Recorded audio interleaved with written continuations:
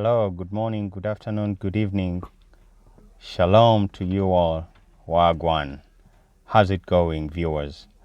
Thank you for watching this video. And today we came to Mayuge district. We are doing some work, and we found ourselves, I and brother Israel, having to come down to Mayuge to take care of some business. But today I want us to talk about the Sabbath. And we are going to be learning from brother Israel about the Sabbath. So in the car, we have other people with us in the car, but maybe they will be welcome to contribute to the topic that we are about to discuss. If they're happy to, no problem. But stay tuned. Let's talk about the Sabbath.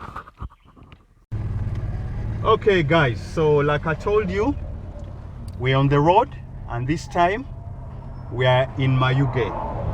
And I have some new guests in the car, not in the building. So I will start with, please introduce yourself. Yes, I'm Julius Taylor. Those are my names. Okay, thank you, brother Julius, for joining us. What about the brother right behind me? Godfrey. Yeah. Okay, so, and then of course, it's me, myself, MUGGI. And would you like to introduce yourself, brother? Israel. Okay. So today, I would like us to talk about the Sabbath. What is the Sabbath?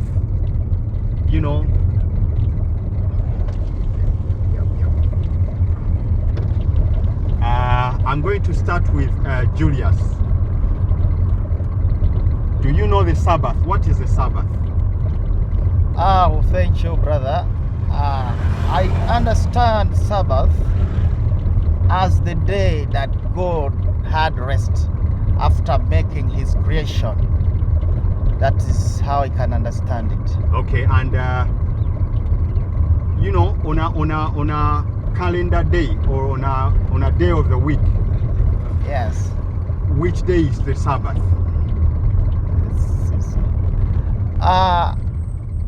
Calendar day. Which day of the week is the Sabbath? You see that point is ever having two ways. As we look at our Christian denominations, other denominations take Sunday to be, others take Saturday to be the Sabbath. So, like the Adventists, they take Saturday to be the Sabbath. Now, as we follow the calendar, the first day is Sunday. So the Sabbath will be Saturday. Okay. So we just dropped off one brother, so we are three. The other brother has left, and let's proceed. You know what? Brother Julius. Yes. In Luganda or Lusoga. Yes. The days of the week are named. Yes. I.e., Monday, Tuesday, Wednesday, Thursday, Friday, Saturday, and Sunday. Yes. But because Luganda is the language that I speak and understand very well. Yes. But as you will understand, what is Monday in Luganda? In Luganda, it is Balaza. And then Tuesday is Olwokubiri, Olwokusatu, Olwokuna, Olwokutano, Olwomukaga. And Sunday is what? In Luganda? It remains Sunday. Sunday. Okay. Now, a direct translation of olwokubiri olwokusatu olwokuna olwokutaano olwomukaaga means Saturday is the sixth day. That's according to the translation of the days of the week in Uganda. Yes. That's my understanding. Yes. Okay? Yes. And to any ordinary Muganda, then Saturday is the sixth day of the week, Yes. according to the direct translation of Luganda Yes. into Luganda. Okay? Yes. Now, that makes Saturday the sixth day of the week. But yet, according to the Bible, the seventh day. Anyway, I don't want to go into this. I will leave them to the experts, those who know. Okay? Yes. Now, obviously, we've heard from you, and I guess I would like to invite Brother Israel to take the microphone. Oh, you can answer the phone call, and then it's not a phone call. Okay. Please. Well, let me preface this by saying that there are various ideas and calculations concerning the Sabbath in the world today, and even among various organizations and chapters and congregations of Israelites. So I'm just going to speak about it according to my current understanding and what I read in the Torah and the example that I see in the so-called New Testament, and also the practices of the Beta Israel community, the so-called Falasha of Ethiopia, the Limba tribe in southern Africa, the Igbo, and other various Hebraic tribes that have practiced the Sabbath. That the traditional way of calculating the Sabbath is, forgive me for using pagan terms, but sunset Friday to sunset Saturday is the seventh day in Hebrew terms. Okay, because that was among the questions that I have. We would like to understand the Sabbath, but what is the Sabbath? When does it start and when does it end? And I guess that answers the question. So the Sabbath, as you say, begins on sunset, which would be Friday sunset, and then ends Saturday sunset. Okay. Now that's clear. And of course there are groups that have their own understanding about the calculation of the Sabbath, but this is my understanding. Okay. Now let us know, what is your understanding of the Sabbath, especially in terms of when does it start and when does it end? Okay, so let's carry on to the next question. Now, on a Sabbath, according to the Bible, we know that the Creator commanded, not just requesting or what, commanded that day be holy, and it is a day to honor Him. All right. So, what can be done on a Sabbath and what cannot be done on a Sabbath? Basically, the Sabbath or the Shabbat is the day of rest. So we rest from labor. We rest from doing business. We rest from activities that would make us unclean. For example, a man and his wife would not have sexual relations during the Sabbath. We don't cook during the Sabbath. No cooking. Okay, so the first one, a man and a woman will not have sexual relations on the Sabbath. Number 2 is no cooking. Carry on. No labor. And can you break down labor in a layman's terms for people who may not understand, labor as a general term? Break it down, please. Working, exercising. When you talk about exercising, you mean physical exercising, like people who like to go to the gym or run, as a way to keep healthy. Yeah, and also anything that would cause you stress or really takes a lot of amount of physical strain. We would avoid those kinds of things. Okay. So I also understand that we are not supposed to work on a Saturday, and I have seen this. That is why it was important for you to come down, so that most people, they don't learn from words. When you stand there and teach and expect people to learn, but many people learn from seeing, example. So when I saw that you don't cook on a Sabbath, you don't buy or sell on a Sabbath, anyway, you don't do anything. And one thing that really kind of, I don't know how to say this, forgive me, English is not my language, but so sometimes I fail to express myself as directly or precisely as I would love. But remember when we was going to Uganda, and you couldn't pay transport money to go to Uganda up until the Sabbath finishes. That really caught me, and I still think about it.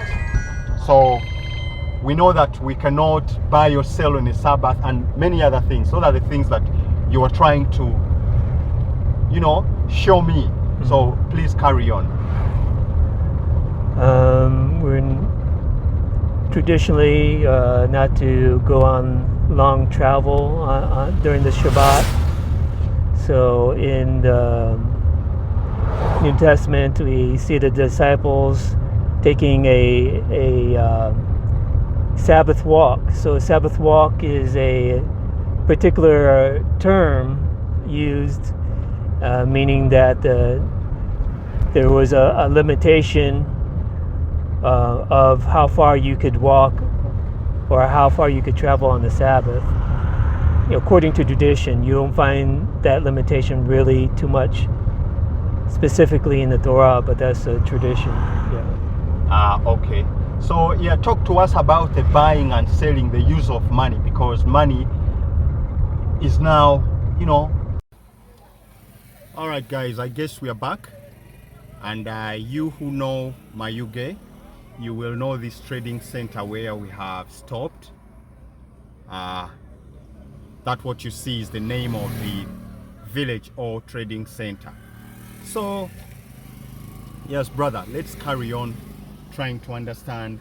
I guess we ended when you were about to start dissecting the buying and selling regarding the Sabbath. Right. So we're to cease from all those business activities during the Sabbath.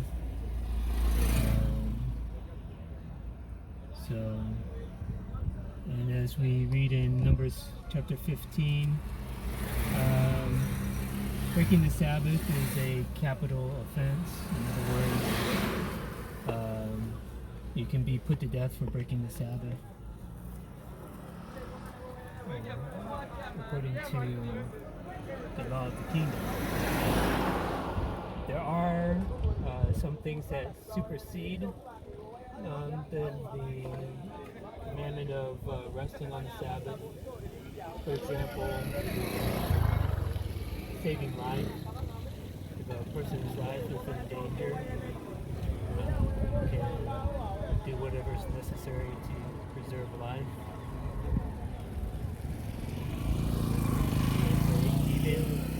Not even only human life, but even your animals. So if your animal has fallen into a pit or is in danger of physical danger, save your animal.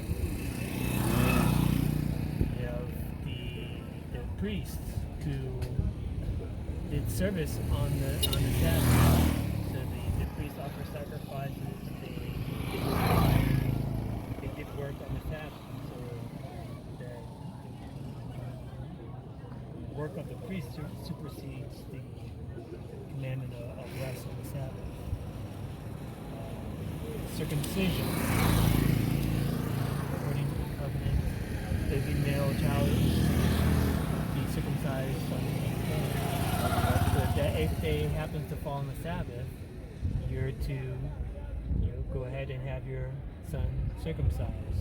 So circumcision supersedes the rest of the Sabbath. Yeah, and can I come in? Okay, and so we see that there are people whose livelihood depends on, for example, on a farm. Let us say, like what we are trying to do, trying to acquire land and put up a farm. There are people whose labor is to feed the animals, feed the chickens. What about those people? So just like the humans, you prepare everything the day before. On the 7th day. So you prepare everything that needs to be prepared for your animals, so that you don't do extra work on the 7th day. If your animals need to be fed, you feed them. But those things, everything that you can do and you can prepare beforehand, you do beforehand. Okay. Okay. Now, we know that the Sabbath is when, the Lord made the day for him. Do things to glorify him, honor him, worship him. Am I right? Mm-hmm. And now let's talk about how Christianity views, worshiping on a Sunday. Mm-hmm. I guess we were supposed to worship on a Sabbath, which is a Saturday. How did it change with modern day Christianity, with Christianity in general, to Sunday, where now we see people going to church? And this is to not all Christian sects. We have like the Seventh-day Adventists who still worship on a Saturday, but other Christian sects which go to church and worship on a Sunday. How did it come about? And talk to us about that. Well, the Sabbath is the day of rest. It's not really referred to as a day of worship. So there are two words in Hebrew that are translated into English as worship. One means to bow down, to prostrate. The other one means to serve. So as Israelites, we are servants of the Most High Yah. So we serve Yah every day. We worship him every day. Every day is a day of service, because our lives we live to serve him.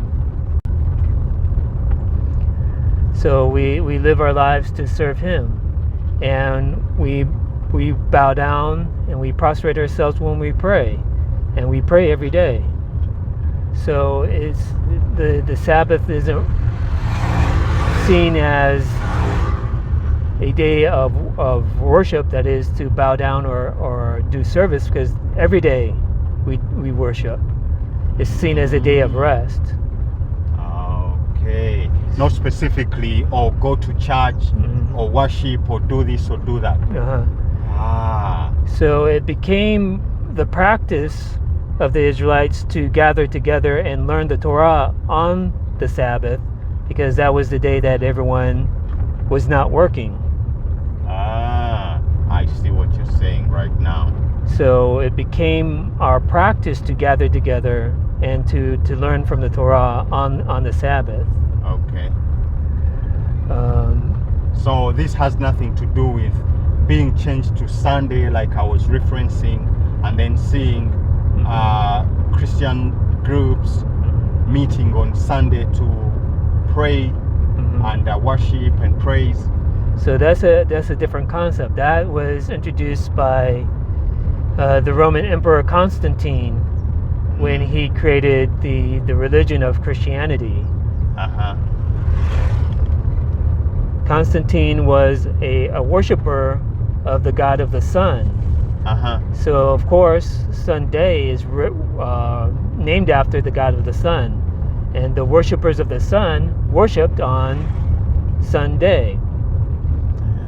So that's where you have Christians, worshiping on the day of the sun god, because that was the god of Rome. So okay, now that's understood, and I don't want to go too much into what the Christians are doing and not doing, because sometimes I may come across as attacking the Christians, or but we are doing this to educate ourselves and also educate other people, and you all out there can come in and tell us what you think. You know what I'm saying? So let's go back briefly about the economic activities that can be done and what cannot be done on a Sabbath. In a modern... About to branch left. Okay. Yes. Here? Yes. Okay. No problem. So we have seen that if it's about saving life, doctors, nurses, caregivers, they can go ahead and do it, because it's about saving life. The people whose job is to, for example, feed animals. You talked about we prepare everything the day before. So if it's the silage, that should be prepared beforehand. The feeds to the animals, the silage, the chicken feeds, if that be the case, any other feeds. Also, what about we, the people? I see that you don't cook on a Sabbath. What's up with that? Well, it talks about that you shall not light a fire on the Sabbath. And when you go into the Hebrew, it more specifically talks about lighting a fire in order to prepare food. Now you have, for example, the Beta Israel of Ethiopia. Traditionally, they don't light any kind of fire. Like, they don't light candles or lamps or anything. So, but specifically to cook food, everything that needs to be cooked, we cook the day before. We prepare the day before. That's why we call it the preparation day. Okay, so now I would like to bring this in as with technology, and what about people who cook on electricity, use electric to cook? Can that be considered as lighting a fire? Well, electricity is fire. For me, I'm just speaking for myself. I try not to find loopholes in the laws and the commandments and statutes. I try to live as much as I can according to the lifestyle of the example of Yahushua HaMashiach and how he kept the Torah. So, yeah, that's what I can say. And that's exactly how I envisioned this, that's my calling, for us to be examples to other people, so that we go back to keeping the Torah. Lord have mercy. Okay, so you were still, rather I was still saying that my vision when I decided to invite people to come to Uganda and work with let me rephrase it. When I put out an invitation inviting Israelite brothers and sisters from the diaspora to come and work with local people here in Uganda to establish an Israelite community, my vision was to go back to the basics of keeping the Torah, keeping the commandments, and the lifestyle, the culture as well, you know what I'm saying, in everything that we do, so that we may be examples to other people in the community and perhaps encourage them to change. You know what I'm saying? So, do you remember where you were? We're just going over some of the basics. Right. So, for example, it's not too good to argue on the Sabbath. Okay. Or to fight on the Sabbath. Now, we talked about that, if it comes to protecting life, that's a different issue. So there was an incident recorded in Maccabees where the Greeks were in conflict with the Yahudim, the Jews in Judea, and the Greek army found one of these groups of Israelites on the Sabbath, and this particular group of Israelites said that it's the Sabbath, we're not going to fight you. So the Greeks just basically came in and slaughtered them all because the Israelites refused to fight on the Sabbath.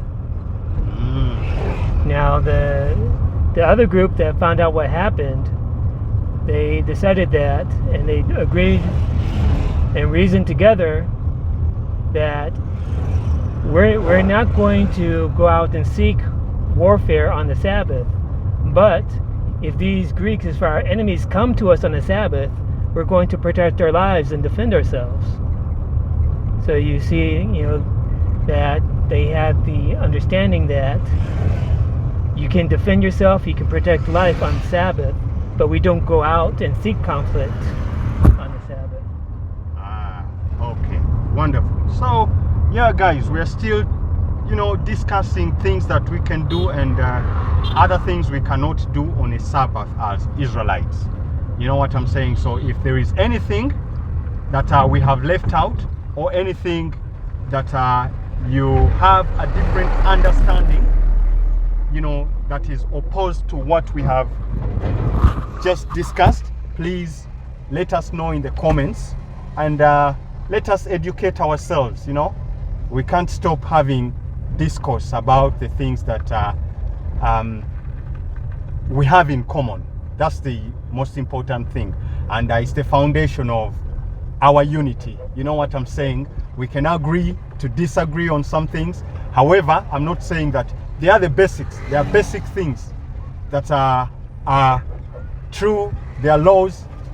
We cannot, we cannot dictate. We cannot say otherwise. But there are some things that we can have a discussion about. You know what I'm saying? That's what I'm talking about. Please leave a comment. Let us know. So, brother, question. What's that question? Yes, thank you, brother. The other time, my brother Israel was sharing with us about the things we should do on Sabbath.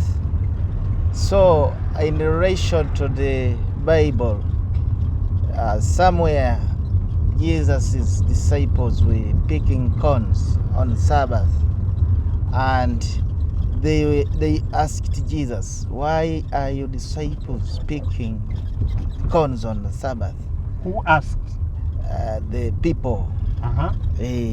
So, So as the people asked they- Jesus' eh, disciples, why they were picking corn on the Sabbath? on Sabbath.